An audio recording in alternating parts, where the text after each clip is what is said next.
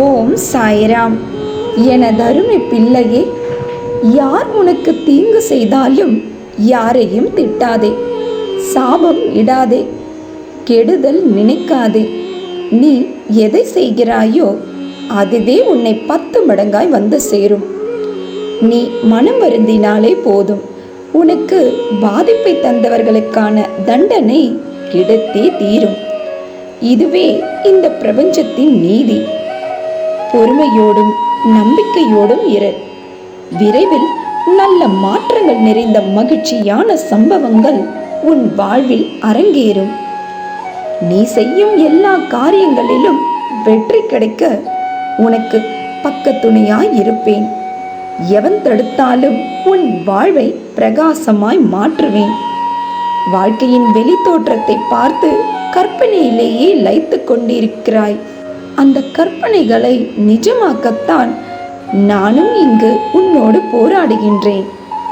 உன் தேவைகளை பூர்த்தி செய்பவன் நானே. அப்படி இருக்க உன் தேவைகளை பற்றிய கவலை உனக்கு வேண்டாம். அது தானாகவே உன்னிடத்தில் வந்து சேர வேண்டிய நேரத்தில் சேர்ப்பிக்கப்படும்.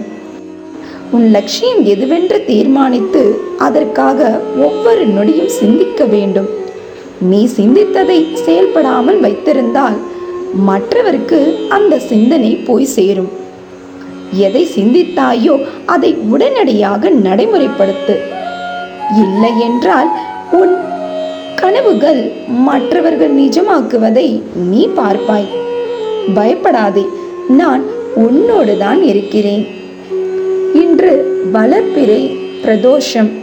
பார்வதி தாயாரும் முருகனும் விநாயகரும் குடும்பமாய் சேர்ந்து வழிபடும் இந்த சிவலிங்கத்தை தொட்டுவிட்டு தானே இந்த பதிவை கேட்க வந்தாய்.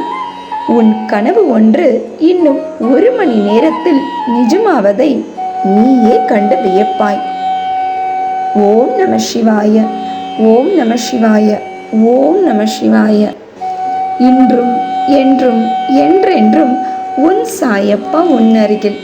வாழ்க வையகம், வாழ்க வளமுடன். ஜெய் சாய்ராம்.